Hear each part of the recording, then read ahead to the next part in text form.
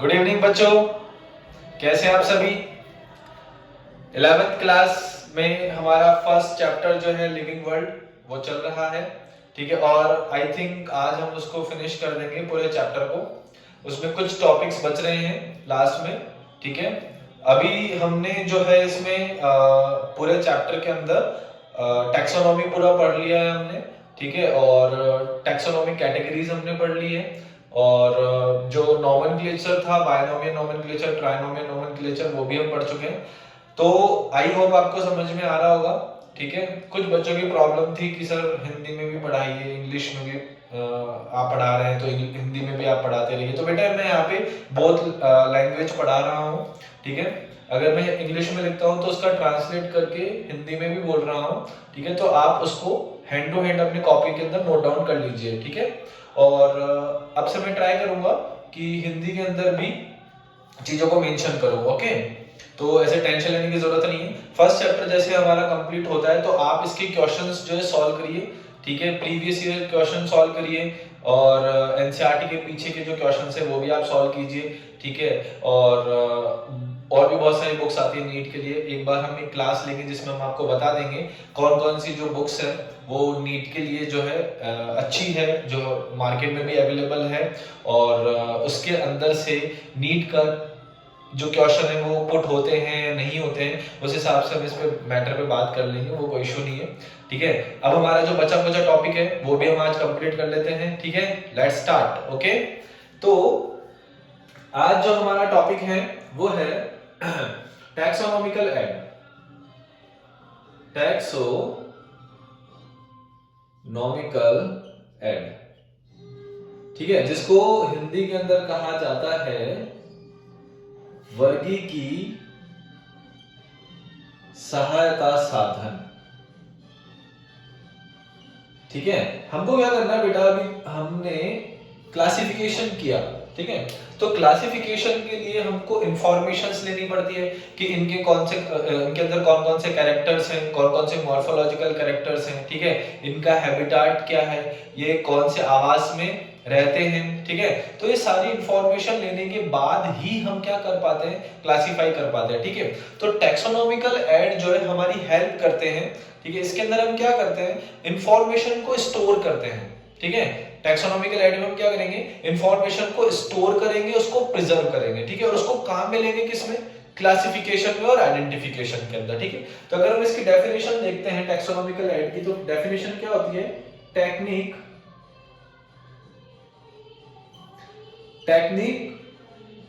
To store and preserve the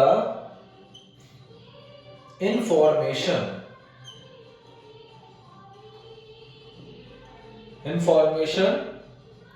to used in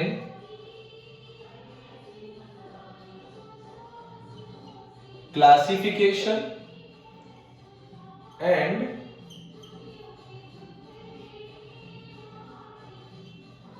identification of an organisms.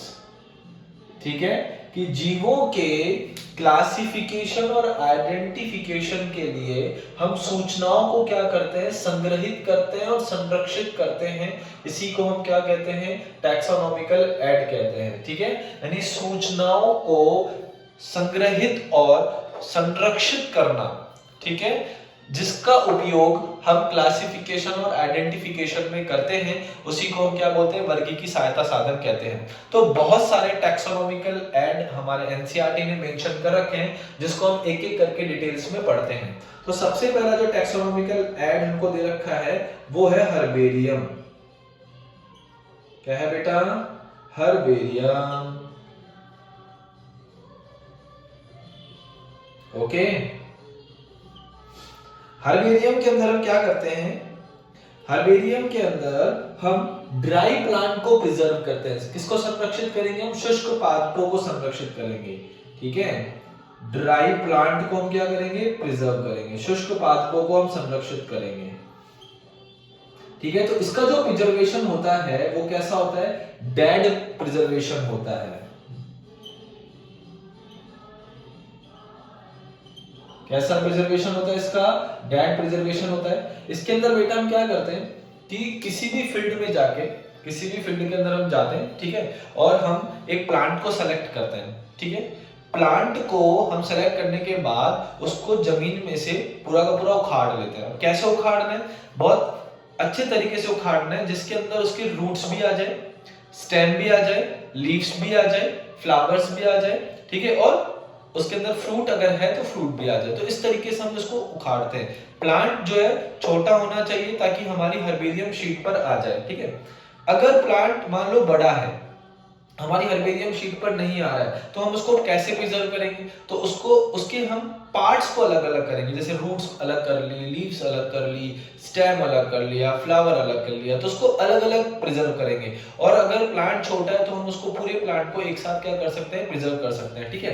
तो हम herbaria के अंदर क्या करते हैं? डेड प्लांट को प्रिजर्व करते हैं, ठीक है। तो सबसे पहले हम तो क्या करेंगे, उसको प्रिजर्व करने के लिए हम क्या करेंगे? उसको ड्राई करेंगे। क्या करेंगे? ड्राई, उसको सुखा लेंगे। सुखा लेने के बाद हम उसको प्रेस करेंगे। प्रेस करने का मतलब ये होगा कि जो अखबार होता है हमारा, न्यूज़पेपर के बीच में उसको रख दिया जाता है, ठीक है, ताकि न्यूज़पेपर क्या कर लेता है, उसके अंदर जितना भी वाटर जो होता है वो एब्जॉर्ब कर लेता है, तो बिल्कुल फ्लैट हो जाता है, प्रेस हो जाता है, ठीक है। उसके बाद हम उसको प्रिजर्व करते हैं, ठीक है। तो ड्राई प्रिजर्वेशन के अंदर यानी हर्बेरियम के अंदर हम इसको ड्राई करेंगे, प्रेस करेंगे और प्रिजर्व करेंगे। किस पर? ऑन हर्बेरियम शीट, और हर्बेरियम शीट पर हम उसको क्या करते हैं? प्रिजर्व करते हैं, ठीक है। अब ये हर्बेरियम शीट क्या है? हर्बेरियम शीट जो होता है एक कागज की शीट होती है, ठीक है। इस तरीके से एक कागज की शीट होती है हर्बेरियम शीट, ठीक है। जैसे कागज की शीट होती है, ओके। और अगर इस कागज की शीट का हम स्टैंडर्ड साइज अगर हम देखते हैं तो इसका जो लेंथ होता है वो होता है 11.5, सॉरी, इसका जो लेंथ होता है वो होता है 16.5 इंच, और इसका जो विड्थ होता है वो होता है 11.5 इंच, ठीक है। 11.5 इंटू 16.5 इंचेस इसका क्या होता है? स्टैंडर्ड साइज होता है। अगर हम इसको सेंटीमीटर में लिखना चाहें तो हम लिख सकते हैं अप्रॉक्स 29 सेंटीमीटर, और इधर लिख सकते हैं 21 सेंटीमीटर। तो एक कागज की शीट होती है हर्बेरियम शीट, ठीक है, जिसका स्टैंडर्ड साइज होता है 11.5 एंड 16.5 इंचेस, और अगर हम इसको सेंटीमीटर के अंदर इंक्लूड करते हैं तो अप्रॉक्स 29 सेंटीमीटर और 41 सेंटीमीटर, ठीक है।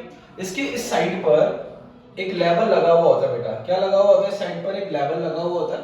इस लेबल पर हम क्या कर सकते हैं? इस लेबल पर प्लांट नेम, कि भाई प्लांट का नेम क्या है, तो प्लांट का यहाँ पर कॉमन नेम आ जाता है, ठीक है, कि उसका सामान्य नाम क्या है, घरेलू नाम क्या है, डोमेस्टिक नेम कौन सा है। फिर इसका साइंटिफिक नेम आ जाता है, यानी उसका वैज्ञानिक नाम क्या है, ठीक है।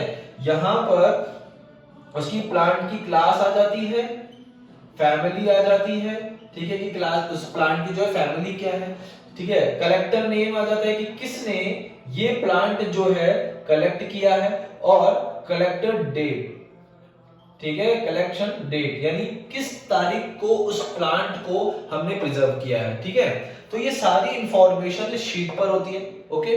हम प्लांट कलेक्ट करेंगे, ओके। तो पहला जो स्टेप है इस पूरे प्रिजर्वेशन का, तो पहला स्टेप कौन सा होता है बेटा? कलेक्शन। पहला स्टेप कौन सा होता है? कलेक्शन, कि हम क्या करते हैं? प्लांट को फील्ड से कलेक्ट करके लेके आते हैं, ठीक है। दूसरा जो इसका होता है वो होता है ड्राइंग। दूसरा स्टेप कौन सा होता है? ड्राइंग। हम उसको बहुत अच्छे से सुखा लेते हैं, ठीक है, और ड्राइंग और प्रेस कर लेते हैं, ठीक है। तीसरा जो होता है वो होता है पॉइजनिंग, ठीक है। हम उसके अंदर जितने भी वायरसेस, बैक्टीरिया वगैरह जो है वो उनको हटा लेते हैं, ठीक है। चौथा जो इसका होता है वो होता है लेबलिंग, ठीक है। हम इसको क्या करते हैं? लेबल करते हैं पूरे की पूरी हर्बेरियम शीट को। और पांचवा होता है बेटा डिपोजिशन, ठीक है। डिपोजिशन के अंदर हम क्या करते हैं? उस प्लांट को एक फेविकॉल की ट्रे होती है, ठीक है, उस फेविकॉल की ट्रे पर डिप करवाते हैं और उस प्लांट को इस तरीके से यहां पर डिपॉजिट कर देते हैं। तो अगर अपन देखें तो इस तरीके से पूरा जो प्लांट होता है वो क्या हो जाता है? डिपॉजिट हो जाता है, ये इसके रूट्स हो गई, स्टेम्स हो गई, और अगर हम फ्लावर्स की बात करें तो इस तरीके से, ठीक है, तो ये फ्लावर हो गया। तो इस तरीके से पूरा का पूरा प्लांट यहाँ पे डिपोजिशन हो जाता है। फिर क्या होता है, जो हर्बेरियम म्यूजियम होते हैं वहां पे बड़े बड़े अलमीराज लगे हुए होते हैं। हर अलमीरा पे ड्रॉर्स होते हैं और उस ड्रॉर्स पे लिखा हुआ होता है कि ये सोलेनेसी फैमिली है, ये फैबेसी फैमिली है, ठीक है, ये पोएसी फैमिली है। तो इस हर्बेरियम शीट को, जैसे सोलेनेसी कुल का है तो सोलेनेसी वाले ड्रॉर में डाल दीजिए, ठीक है, हर्बेरियम का है तो हर्बेरिया वाले कुल में डाल दीजिए, ठीक है, सॉरी पोएसी कुल का है तो पोएसी वाले ड्रॉर में डाल दीजिए। तो इस तरीके से हम क्या करते हैं, इनको कलेक्ट करते हैं, इनको प्रिजर्व करते हैं, ठीक है। तो जब हमको कोई फर्दर इंफॉर्मेशन लेनी होती है तो हम हर्बेरियम म्यूजियम में जाएंगे और इनकी शीट्स निकाल के हम सारी इंफॉर्मेशन जो एक साथ कलेक्ट कर लेंगे, ठीक है। तो ये होता है टैक्सोनॉमिकल ऐड, जिसके द्वारा हम किसी भी प्लांट को क्लासिफाई कर सकते हैं और आइडेंटिफाई कर सकते हैं, ठीक है। तो यहाँ से जो क्वेश्चन पुट होता है मेनली, वो एक तो स्टेप से क्वेश्चन पुट हो सकता है कि कौन कौन से स्टेप्स होते हैं, ठीक है, और इसका स्टैंडर्ड साइज आपसे पूछा जा सकता है कि हर्बेरियम शीट का जो है स्टैंडर्ड साइज क्या होता है। नेक्स्ट क्वेश्चन आपसे पूछा जा सकता है कि इसके अंदर कौन से प्लांट्स को प्रिजर्व करते हैं, तो आप बताओगे इनमें हम ड्राई प्लांट को प्रिजर्व करते हैं, इसका मतलब ये कैसा प्रिजर्वेशन है, डेट प्रिजर्वेशन है, ठीक है। तो ये होता है बेटा हर्बेरियम शीट, हर्बेरियम, ओके। तो फर्स्ट टैक्सोनॉमिकल ऐड हमने कंप्लीट कर लिया है, आप इसको एक बार नोट डाउन कर लीजिए, फिर उसके आगे हम पढ़ते हैं। ओके, तो जो अब हमारा जो अगला टैक्सोनॉमिकल ऐड है वो है बेटा बॉटेनिकल गार्डन, यानी वानस्पतिक उद्यान, ओके। तो हमारा जो अगला टैक्सोनॉमिकल ऐड है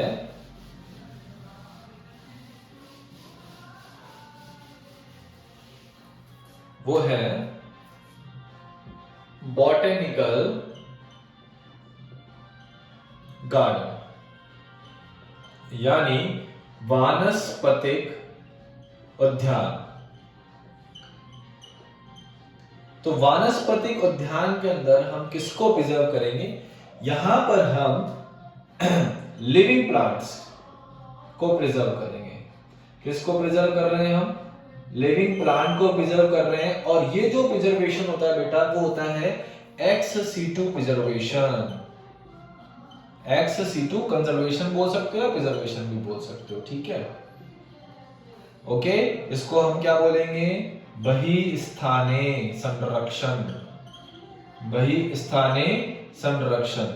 तो हम यहां पर क्या करते हैं, इसको बहिस्थाने क्यों बोला गया है कि देखो, अगर किसी भी एनिमल को या किसी भी प्लांट को उसके वास स्थान से, वास स्थान यानी जहां पर वो उग रहा है या जहां पर उसका हैबिटाट है, वहां से हम उसको उठाकर हम अपने अकॉर्डिंग कोई एरिया बनाकर अगर वहां पर प्रिजर्व करें, ठीक है, तो उसको हम बोलते हैं एक्स सीटू कंजर्वेशन, ठीक है। कि जैसे कि प्लांट जो है वो फील्ड के अंदर ग्रो कर रहा है या फिर फॉरेस्ट में ग्रो कर रहा है, तो वो उसका हैबिटाट है, हमने उसका क्या कर दिया, हैबिटाट चेंज कर दिया। और हैबिटाट चेंज करते ही जो कंजर्वेशन होगा वो क्या होगा, एक्स सीटू कंजर्वेशन होगा। और अगर हम उसके हैबिटाट में उसको कंजर्व कर रहे हैं तो वो कंजर्वेशन क्या कहलाता है, इन सीटू कंजर्वेशन। अगर हमने उसका वास स्थान चेंज नहीं किया है तो वो कंजर्वेशन क्या कहलाएगा, इन सीटू कंजर्वेशन कहलाएगा। बट बॉटेनिकल गार्डन्स में हम लिविंग प्लांट्स को एक्स सीटू कंजर्व करते हैं, ठीक है, यानी बहिस्थाने उसका संरक्षण किया जाता है।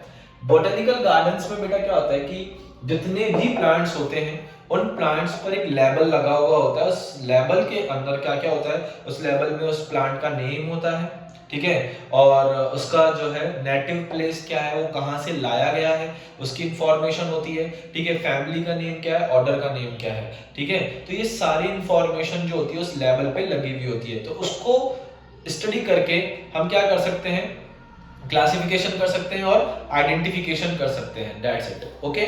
अब कुछ बॉटेनिकल गार्डन्स है जिसके बारे में हम आपको बता देते हैं। जैसे कि पहला जो बॉटेनिकल गार्डन है वो है रॉयल बॉटेनिकल गार्डन, ओके। कौन सा गार्डन है, royal botanical garden.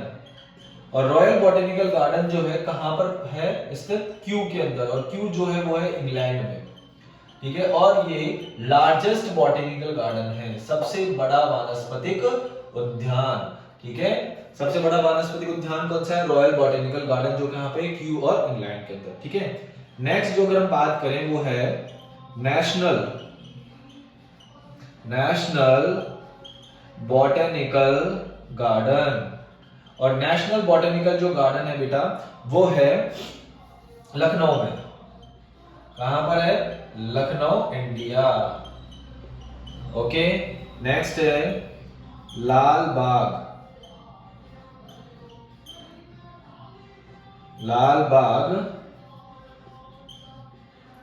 Botanical garden. और लाल बाग बॉटेनिकल गार्डन जो है वो है बेंगलुरु में। ठीक है, ये भी कहां पर है? इंडिया। ओके, नेक्स्ट अगर अपन बात करें तो है इंडियन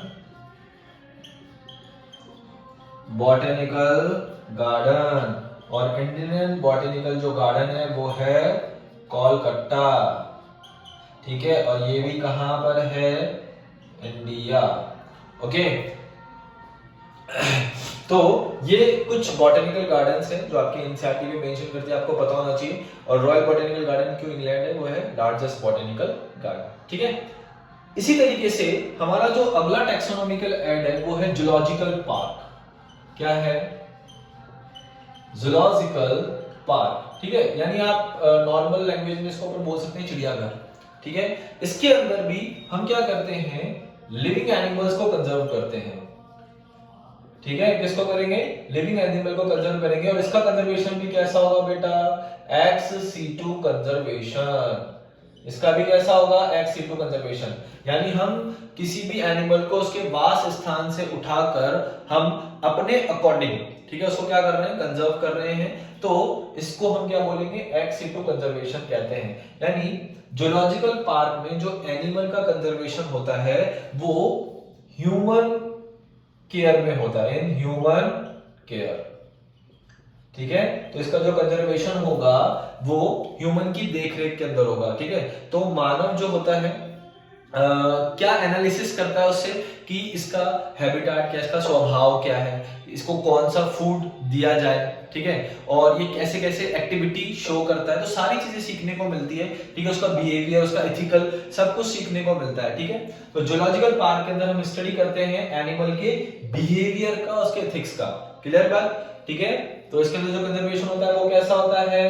एक्स सीटू कंजर्वेशन होता है। और एनिमल्स कैसे होते हैं? लिविंग फॉर्म के अंदर होते हैं। It's that clear? ओके, आप इसको उतारिए, फिर हम अगला टैक्सोनॉमिकल ऐड करते हैं। स्क्रीनशॉट ले लिया होगा बेटा, इजी सा टॉपिक है। ठीक है, जनरली नॉर्मल क्वेश्चंस यहां से पूछे जाते हैं, इतना टिपिकल क्वेश्चंस यहां से नहीं आते हैं। ओके, इसलिए मैं थोड़ा फास्ट इसको ले रहा हूं। ओके, अब हमारा जो चौथा टैक्सोनॉमिकल ऐड है, ओके, वो है बेटा म्यूजियम। ठीक है, म्यूजियम को हम बोलते हैं संग्रहालय। आप बहुत सारे संग्रहालय में गए होंगे। ठीक है, जैसे जयपुर के अंदर अल्बर्ट हॉल है। ठीक है, वहां पर भी अगर आप लोग गए होंगे तो देखा होगा कि वहां पे बहुत सारे जो राजा महाराजा उनकी ड्रेसेस वगैरह रखी हुई है। ठीक है, और भी बहुत सारे मॉन्यूमेंट्स वहां पे रखे हुए हैं। ठीक है, तो उनको देखने पर हमें लगता है कि हाँ, पहले के जमाने में ऐसा हुआ करता होगा, ये ड्रेसिंग सेंस रहा होगा, इस हथियारों का उपयोग हम पहले के जो लोग थे वो करते थे। तो ये सारे जो चीजें वो म्यूजियम में रखी जाती है। उसी तरीके से जो हमारे स्कूल के अंदर लैब्स होती है, ठीक है, हमारे स्कूल में क्या होती है? लेबोरेटरीज होती है। उस लेबोरेटरी के अंदर dead animals and plants specimen का कंजर्वेशन किया जाता है या प्रिजर्वेशन किया जाता है। ठीक है, तो यहां पर क्या होता है? जो लेबोरेटरी होती है, ठीक है, उनमें डेड एनिमल्स और प्लांट स्पेसिमेन का क्या करते हैं? प्रिजर्वेशन करते हैं। किसमें? इन ए कंटेनर और ए जार। ठीक है, कांच का एक जार होता है बेटा, इस टाइप का आपने देखा होगा अपने लैब्स के अंदर। ठीक है, ऐसे कांच का जार होता है। ठीक है, और ऊपर से वो पैक्ड होता है और इसके अंदर एक सॉल्यूशन फिलअप होता है। ठीक है। वो सॉल्यूशन किसका होता है बेटा, फॉर्मेलिन का। वो सॉल्यूशन किसका होता है, फॉर्मेलिन का सॉल्यूशन होता है। उसके अंदर प्लांट और एनिमल्स के नमूने को रखा जाता है, ठीक है। और इस जार पर एक लेबल लगा हुआ होता है, उस लेबल में प्लांट और एनिमल का साइंटिफिक नेम लिखा हुआ होता है, उसकी फैमिली लिखी हुई होती है, ठीक है, उसका ऑर्डर मतलब उसका पूरा क्लासिफिकेशन लिखा हुआ होता है, ठीक है। तो हम इस जार को देखेंगे और उसका जो मॉर्फोलॉजिकली स्टडी है वो हम इजीली यहाँ पर कर सकते हैं। तो प्रिजर्वेशन किस में किया जाता है, कंटेनर या जार में किया जाता है। जो ट्रांसपेरेंट कांच का एक जार होता है, उसके अंदर सॉल्यूशन किसका होता है, फॉर्मेलिन सॉल्यूशन होता है। किसका सॉल्यूशन होता है, फॉर्मेलिन सॉल्यूशन होता है, ठीक है। इस फॉर्मेलिन के सॉल्यूशन में रखने पर ये डेड और प्लांट जो स्पेसिमेन है वो काफी लंबे टाइम तक बिना किसी अपन बोल सकते हैं प्रॉब्लम के रखे जा सकते हैं, यानी इसके अंदर स्मेल वगैरह नहीं आती है, ठीक है। और फंगस बैक्टीरिया ये भी यहाँ पर नहीं लगेंगे, ठीक है। तो हम काफी लंबे टाइम तक इसको लॉन्ग प्रिजर्वेशन कर सकते हैं। किसके सॉल्यूशन में, फॉर्मेलिन के सॉल्यूशन के अंदर, ठीक है। तो ये आप अपने लैब के अंदर देख सकते हैं, यहाँ पर डेड एनिमल और प्लांट स्पेसिमेन का प्रिजर्वेशन करते हैं। ओके, ठीक है बच्चों। ओके, अब जो हमारा अगला टॉपिक है वो है बेटा टैक्सोनॉमिकल की। ओके,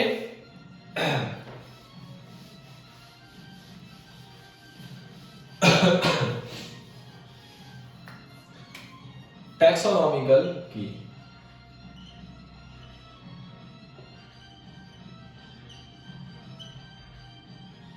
ठीक है। और की को हम बोल सकते हैं कुंजी, वर्गीकी कुंजी, ठीक है। तो क्या होती है कुंजी, ठीक है। तो की जो होती है कुंजी, जैसे कि एक ताले की एक चाबी होती है, ठीक है। हम उस चाबी को ताले में लगाकर हम खोल देते हैं ताला, और उसके बाद हमको उस कमरे के अंदर क्या क्या चीजें मिलती है वो हमारी इंफॉर्मेशन होती है। उसी तरीके से हमारी क्या होती है भाई, कुंजी होती है। कुंजी के अंदर क्या होती है, इंफॉर्मेशन होती है। किसके बारे में, प्लांट्स और एनिमल्स के बारे में, ठीक है। तो हम यहाँ पे लिख सकते हैं key is used for, key is used for identification and classification of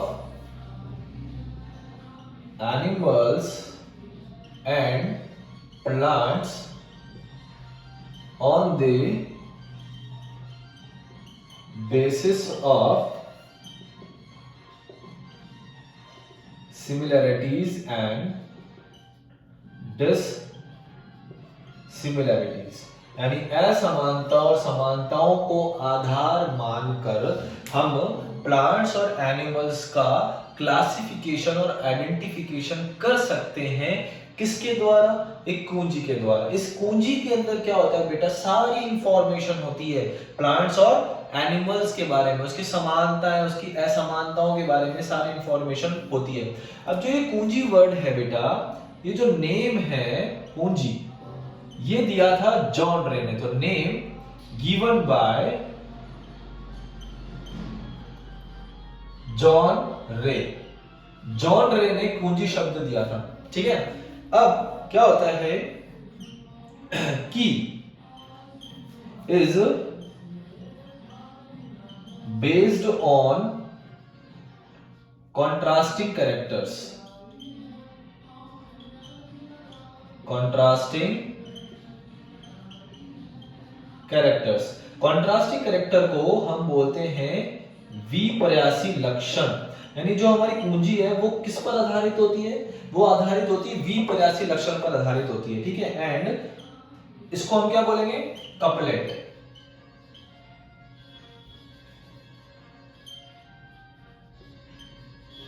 ठीक है। और each statement of couplet is called lead, ठीक है।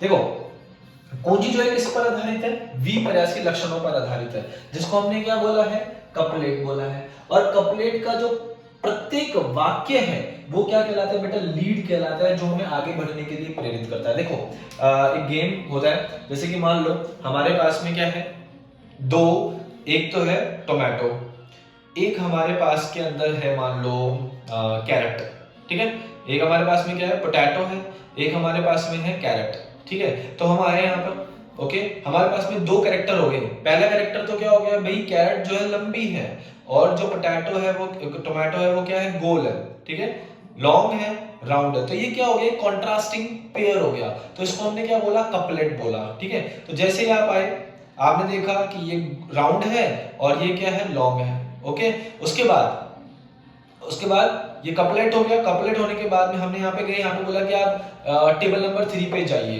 ठीक है। आपने बोला कि आपने क्या किया, गोल्ड को सेलेक्ट कर लिया, राउंड को सेलेक्ट किया, और वहां पे लिखा हुआ है 3 मान लो, ठीक है, 3 लिखा हुआ है। तो आपको इंफॉर्मेशन मिली कि आपको टेबल नंबर कहाँ पे जाना है, 3 पर जाना है, ठीक है। तो ये जो 3 है, ठीक है, ये आपको क्या कर रहा है, लीड दे रहा है आगे बढ़ने के लिए, ठीक है। तो कपलेट का प्रत्येक वाक्य क्या कहलाएगा बेटा, लीड कहलाएगा। तो आप टेबल नंबर 3 पे जाओगे, टेबल नंबर 3 पे जाओगे कि भाई रेड और ब्लैक दो कलर आ गए, तो आपने देखा कि वो रेड कलर था, ठीक है, तो आप रेड कलर पे चले गए। फिर वहां पे लिखा हुआ कि आप टेबल नंबर 4 पे जाइए, तो उस कपलेट ने भी आपको क्या किया, आगे लीड कर दिया, समझ रहे हो, ठीक है। तो जो भी कॉन्ट्रास्टिंग कैरेक्टर होते हैं ना, वो तो क्या कहलाते हैं, कपलेट कहलाते हैं, जैसे कि लॉन्ग और शॉर्ट, ठीक है, या फिर आप राउंड में बोल सकते हैं यहाँ पे, ठीक है। तो ये कपलेट हो गया, ये पेयर हो गया, ठीक है। और हर कपलेट के नीचे क्या लिखा हुआ है, एक स्टेटमेंट लिखा हुआ है कि आपको टेबल नंबर 3 पे जाना है। तो वो क्या दे रहा है, आपको लीड दे रहा है, क्या दे रहा है, लीड दे रहा है। तो कपलेट का जो प्रत्येक वाक्य है वो क्या कहलाता है, लीड कहलाता है। तो इस की के आधार पर हम प्लांट्स और एनिमल को क्या कर सकते हैं, आइडेंटिफाई और क्लासिफाई कर सकते हैं। क्लियर बेटा, उतार लीजिए इसको।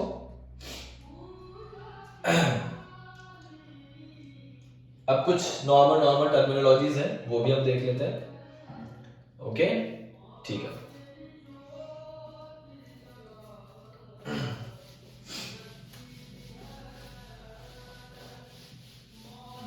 देखो कुछ टर्मिनोलॉजीज है। पहली जो टर्मिनोलॉजी है बेटा वो है flora.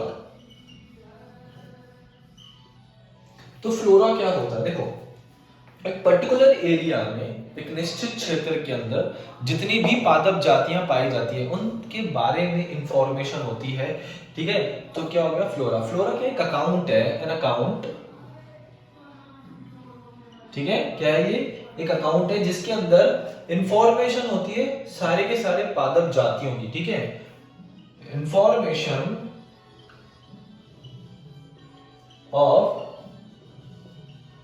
Plant species which found in a particular area, ठीक है, all plant species, ठीक है। तो जितनी भी पादप जातियां हैं उनके बारे में इंफॉर्मेशन होती है, ठीक है। उसी को हम क्या बोलते हैं बेटा, फ्लोरा कहते हैं, ठीक है। और प्लांट स्पीसीज के बारे में क्या इंफॉर्मेशन होती है कि उसका डिस्ट्रीब्यूशन कैसा है, उनका वितरण कैसा है, उनका हैबिटाट कैसा है, ठीक है, उनका स्वभाव कैसा है, उनका आवास कैसा है, उसके बारे में इंफॉर्मेशन होती है, ठीक है। उसी को हम क्या बोलते हैं, फ्लोरा कहते हैं, ठीक है। एक होता है बेटा कैटालॉग। क्या होता है, कैटालॉग, जिसको हम सूची पत्र भी बोलते हैं हिंदी में, आई थिंक सूची पत्र, ठीक है। देखो कैटालॉग क्या होता है, ये छोटी पुस्तक होती है, स्मॉलेस्ट बुक। क्या होती है ये, एक छोटी पुस्तक होती है, स्मॉलेस्ट बुक होती है, ठीक है। अब इसके अंदर जो प्लांट स्पीसीज होती है ना, उस प्लांट स्पीसीज के बारे में कौन कौन सी बुक्स में लिखा हुआ है, यानी बुक्स के टाइटल के नेम होते हैं, बुक्स टाइटल नेम, ऑथर्स के नेम होते हैं, ऑथर नेम होते हैं, यानी ऑथर्स के बारे में इंफॉर्मेशन होती है, ठीक है। कहां कहां वो पब्लिश की हुई है, तो पब्लिशर्स नेम होते हैं, ठीक है। तो ये सारी की सारी इंफॉर्मेशन एक छोटी पुस्तिका के अंदर दी जाती है, ठीक है। उस पुस्तिका में क्या होता है कि वो प्लांट स्पीसीज का जो डिस्क्रिप्शन है वो कौन कौन सी बुक्स में दिया गया, तो बहुत सारी बुक्स के नाम है, ठीक है, उनके शीर्षक क्या है, ठीक है, यानी टाइटल क्या, उन कौन कौन से साइंटिस्ट ने उनको लिखी है, यानी उनके ऑथर्स नेम क्या है, ठीक है, और किस किस संस्थान ने उसको पब्लिश किया है, तो पब्लिशर नेम भी होता है। तो सारी इंफॉर्मेशन कहाँ पर होती है, एक कैटलॉग के अंदर होती है, एक जो एक क्या होती है, स्मॉलेस्ट बुक होती है, ठीक है। एक होता है बेटा मोनोग्राफ, आई थिंक, है ना, मोनोग्राफ, एक second, sorry, manual, manual, okay, monograph भी है और मैनुअल भी है, ओके। अरे वो मैनुअल की अगर हम बात करते हैं तो मैनुअल के अंदर एक पादप जाति की इंफॉर्मेशन होती है, प्लांट स्पीसीज की इंफॉर्मेशन होती है, ठीक है। All the information of a species found in A area, यानी एक एरिया में पाए जाने वाली जाति की कंप्लीट इंफॉर्मेशन किसके अंदर होती है, मैनुअल के अंदर होती है। और अगर हम मोनोग्राफ की बात करें तो यहां पर होती है कंप्लीट इंफॉर्मेशन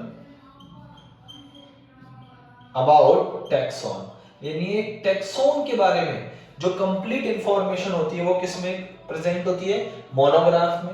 और एक एरिया में पाई जाने वाली जाति की जो इंफॉर्मेशन होती है वो किसमें होती है, मैनुअल के अंदर। एक प्लांट स्पीसीज की बुक्स, उसके ऑथर्स नेम, उसके पब्लिशर नेम, इन सबका जो कलेक्शन है वो किसमें आपको देखने को मिलेगा, कैटलॉग में। एक पर्टिकुलर एरिया में पाई जाने वाली सभी जातियों की जो सूचना है वो आपको किसमें मिलेगी, फ्लोरा के अंदर।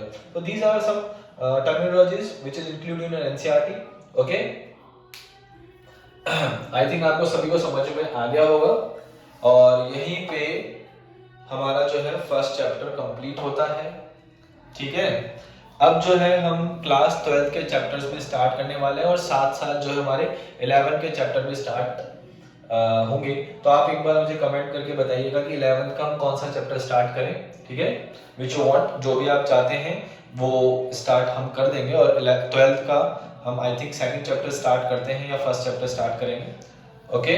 तो आप प्रॉपर्ली नोट्स बनाते रहिए, आपकी जो सारी प्रॉब्लम्स है वो सॉल्व हो जाएगी, ओके। और हमारे चैनल को सब्सक्राइब कीजिए, उसको लाइक कीजिए, शेयर कीजिए, okay. Thank you so much.